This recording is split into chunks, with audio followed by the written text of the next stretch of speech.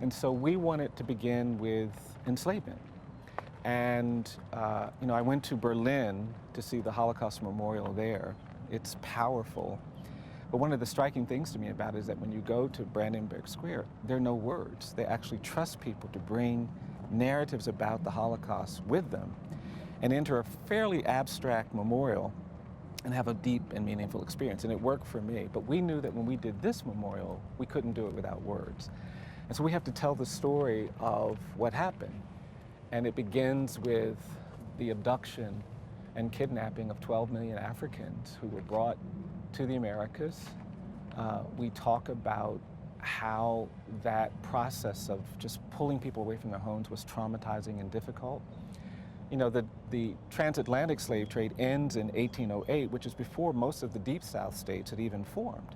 So the people who became enslaved in Alabama, Mississippi, Louisiana, Georgia, Florida, weren't brought here directly from Africa. They were brought here as part of the domestic slave trade. And we emphasize that because that part of the slave trade was in some ways even more abusive because families were separated from their children, spouses were separated. And 1 million people were brought to this region by boat, by rail, by land, and it was the most heartbreaking part of enslavement because they were suffering. You call it what it is. It was kidnapping. It was kidnapping, absolutely. And we're descendants of kidnapping. Yes, exactly. That's right. And the trauma and the threat and the menace that surrounded that has not ever really been addressed. And so we want people to understand the story of how we came to be here. We begin the experience with these 6-foot monuments. They each represent a county where lynchings took place. We put the names of lynching victims on the monuments. And for me, I'll be honest, when we were working on this, we went through all of these different designs, and we had different materials, and we just kept going back and forth. This is Corten steel, and when it's manufactured, it's silver. And that's what I'm looking at names. We all know about the history of lynching in this country, but I've never seen names attached to it. That's right. And that's sort of what we were saying before. If you ask most people in this country to name one African-American lynching victim among thousands between 1877 and 1950, they can't give you a name. And oftentimes the newspapers would report on this violence. They wouldn't even give the victim of this violence the dignity of a name. They would just say black man or black woman or 3 black people.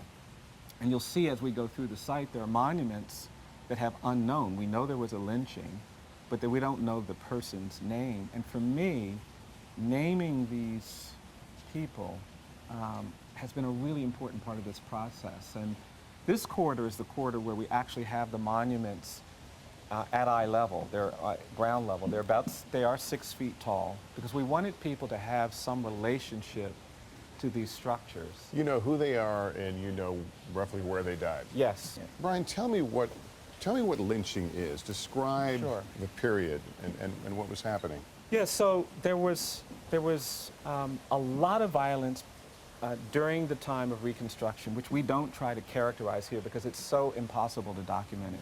We began our research at the end of Reconstruction in 1877 until 1950.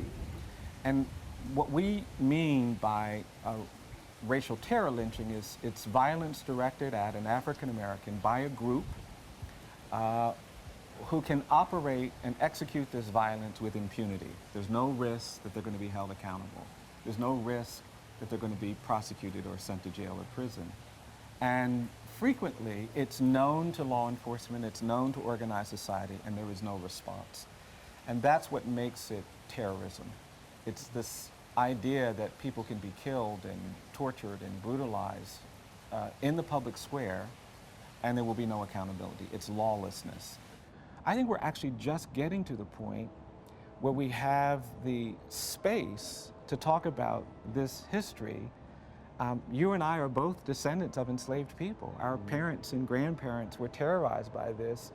Our people had to overcome segregation.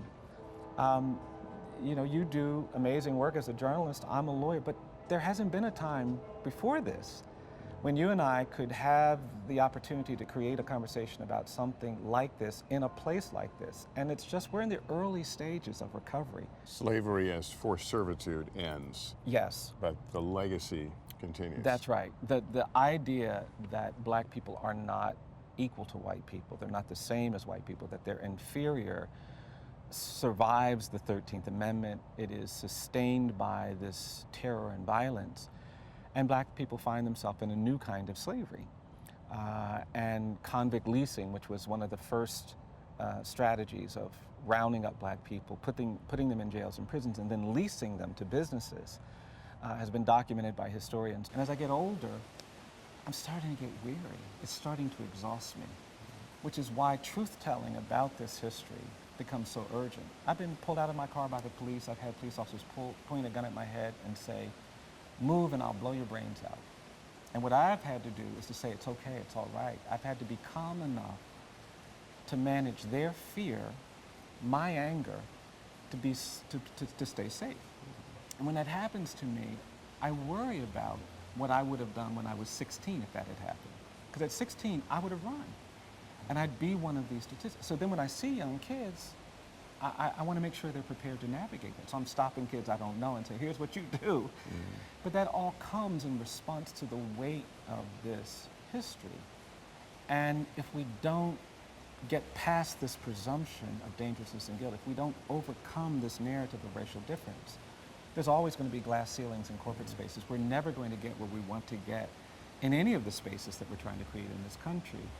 But we have to understand the depth of the problem. We can't treat this illness until we have a diagnosis. And without understanding slavery and lynching and segregation, we're not going to get to the right diagnosis. I'm curious what the reaction has been to this memorial in general. Yeah. Do white Southerners, are you finding there's a resentment about this? Are they insulted? Well, it's interesting. I think there's a cross-section of attitudes. I've actually been genuinely encouraged by the number of white Southerners who've come into this space and have actually been deeply moved by it. You know, I came here one day, there was a white man who was sitting there, and he was there for 2 hours. And at some point, I said, "Are you okay?" He said, "I came from a county. I didn't know anything about the lynchings that took place in my county." He said, "I'm a pastor. I love the people in my community, and I don't know what to do. I don't know how to go back and be the same. And so I'm sitting here trying to figure out how I'm going to be different." He said, "I've been here 3 hours trying to make sense of what's going to change." And for me, that's really encouraging, because I don't think any of us are free. I think if you're born into a community where you're taught to presume other people dangerous and guilty, where you're taught that you're better than somebody because of your skin color, I think that's a kind of abuse.